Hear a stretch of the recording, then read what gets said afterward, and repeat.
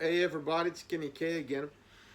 I wanted to talk to you about I wanted to say a hidden gem, but it's actually not a hidden gem. But it does get a 5.8 on IMDb. It gets a 5 from me, and almost wanted to shift to a 4.5 because it's called The Comeback from 1978. So the same year as and it's in a genre slasher and supernatural horror movie. Now that's in the time frame of Halloween, but they set the template of you've got the mass killer with superhuman strength going after horny teenagers, killing them. If you're a virgin, you're the final girl. That's it. And the final girl, not the final boy. The final girl was created in Halloween. But in these slasher movies that are before them, there's because of what a lot of slasher films, they never really ended so well. Black Christmas with Olivia Hussey. She's for some reason at some point by a chain reaction left alone in the house, and they didn't bother to look in the attic where the killer is. And every time, the camera pans out from the house, you hear a phone going. Every time the killer kills, he calls. So what happens with Olivia Hussey, we don't know. So that's I mean that's not that's a little an ambiguous ending, right? So there's also actress here called Sheila Keith, and I did a review on that one called Frightmare. It's super bloody. It's gory. I mean, it's a slasher. It's undeniable a slasher with a twist at the end and a really bad ending. A really bad ending. It's fucked up. A fucked up movie. You should really look it up. I I've got I should make playlists. I know. It's a slash. It's one of my reviews. Frightmare. I think it's from a few years 74, 75, 76, and she's in there, and she's here just called Mrs. B apparently, and her husband is called Mr. B. She's an ugly woman. She looks like a man. She has short hair. She has a face like an ugly woman. Yeah, that's how I immediately recognized her. Now the main character is Jack, played by he's Jack. The actor's called Jack Jones. He plays Nick Cooper, a famous singer, and he's making um, his playlist.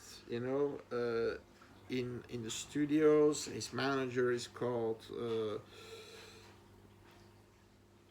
What's his current manager called? Wells Wells John. Okay, and his PA is Linda Everett, who at some point she has a crush on Nick Cooper, and they fuck, and they're happy. Uh, Nick Cooper just had a divorce, a messy divorce, because he's an American.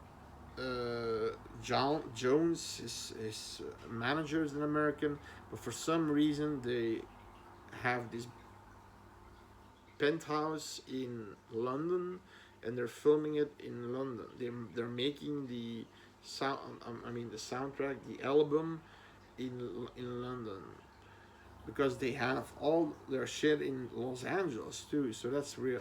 Gail, his wife, ex-wife, wanted to stop, and she wanted to go back to America, and the reason she wanted to do that was because she didn't want to give up um, Nick, because she loved him, but he was completely getting stressed and getting tired of the fame and the, the constant stress of performing, and he was almost doing that, and that's the reason why the movie calls is, and eventually he does that because he eventually, by a little bit of a dirty game by his manager, they separate, and that's how Nick does the comeback. Okay, um, the movie starts out. If you've seen Curtains, it's a slasher movie, not the best slasher movie, but it has one of the more memorable killer face masks, the hag mask, a hag, a witch, an old woman's mask. In this movie, you've got a hag masked killer, but twice as creepy. So Gail is in her penthouse. She's thinking about stuff, and then you've got this killer popping out with a sickle kind of farming equipment knife, and he's starting to slash her in the face. You see the blood squirting. She's doing like this. The hand comes off. Her throat gets slit. I mean, it's bloody. It's really, really bloody. That's the first 5 minutes of the movie. I think, oh yeah, that looks good. That looks good. 10 minutes, 20 minutes, 30 minutes. Okay, so in this time frame, it's Nick Cooper talking, having dates, flirting with Linda, the PA. 40 minutes. Then his friend Jack says, let's get to your penthouse before your wife can take all those paintings and our material that's lying there because it's expensive. And he says, you go, I don't want to go. For some reason, he does, I think, before memory or something, and he doesn't want to come across Gail. Now, Gail has been lying there the entire time, and it stinks, and the rats are eating us our face off. It's messy. And then we get another kill. That guy gets stabbed, but mean-spirited stabs, like really deep, and the blood squirting out of his mouth. And just stabbing, but a really mean-spirited stab by the same hag mask guy or woman. And he eventually stays because he doesn't want to stay in his penthouse, which is really weird.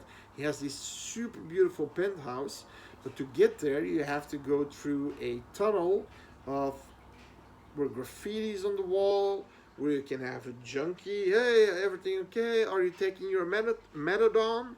Or it's heroin? Okay, yeah, for sure. You have to go. It's like a derelict squatter's house. It's just weird that he and they ask, why didn't you change that? Oh, because I thought it represents the city. What the fuck?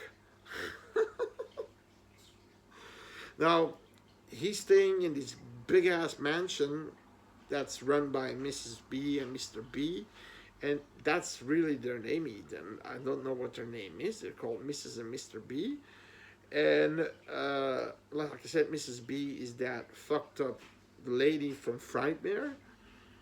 And it already gave me. I think she's gonna. I mean, the performance she did in Frightmare, and she looks creepy. I think she's gonna be the hack killer.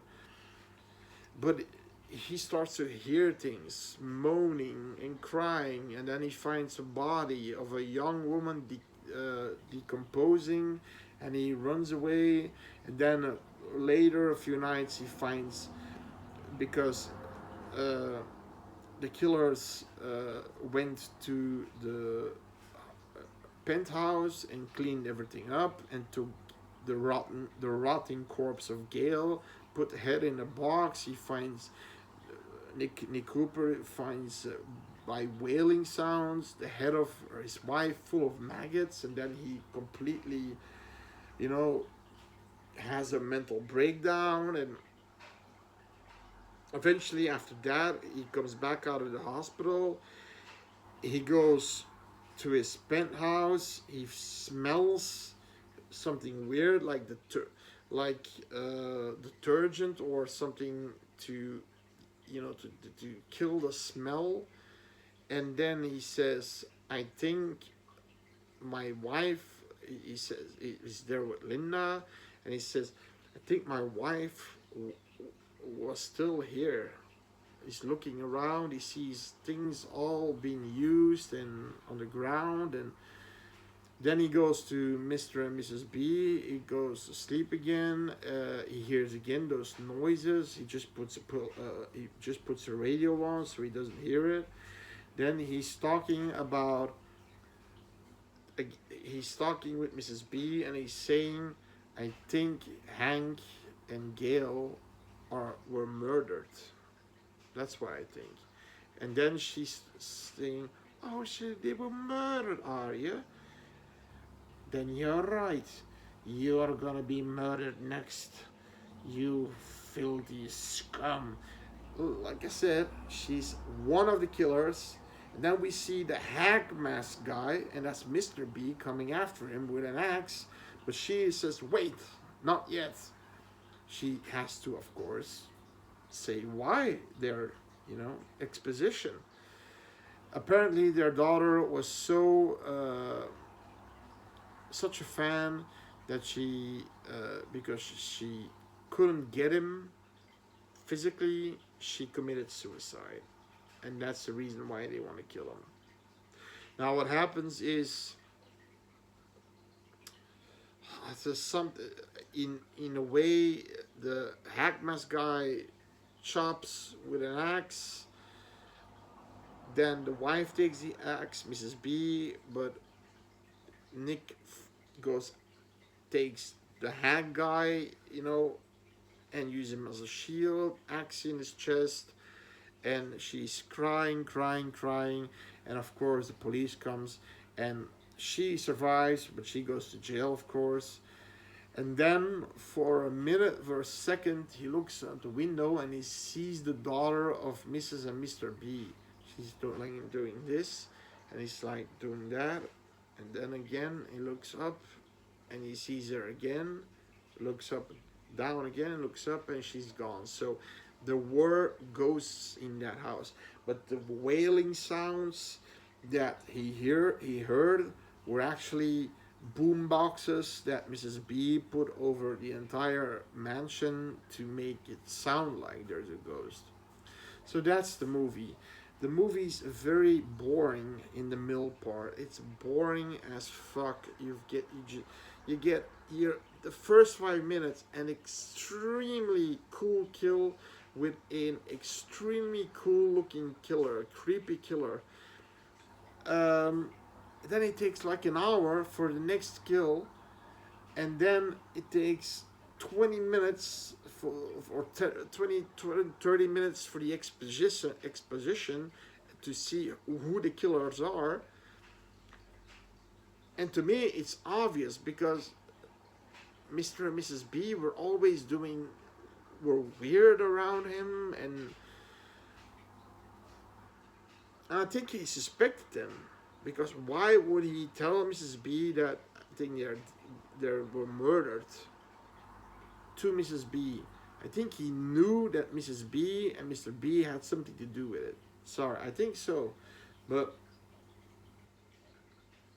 the movie could have been a little bit more. I mean, you had a perfect killer, a perfect, situation, dimension, where you could have killed a lot more people, like the sleazy manager, maybe Linda. Maybe even Nick Cooper, and a bad ending, because all these slashers have bad endings. The ones before Halloween, in any case. But no, it's really boring, really boring, and it doesn't deserve a 5.8. It deserves I want to give it a 4. No, I'm gonna give it a 4.5. I actually wanted to give it a 5, but the kill, I want to give it a 5 because it has a super cool killer and it has two cool kills. That's it. That's it. And it's the mansion is a creepy location, a creepy set piece. Let's okay. Let's say I'm giving it a 5. It's a one-time watch. You should watch it, but be warned. It's gonna be a long ass drag before something happens again. Okay. So that's my review of the comeback from 1987. No, 1978. Sorry. Um, I hope you enjoyed it. Subscribe for more horror fun. See you next time. Bye bye.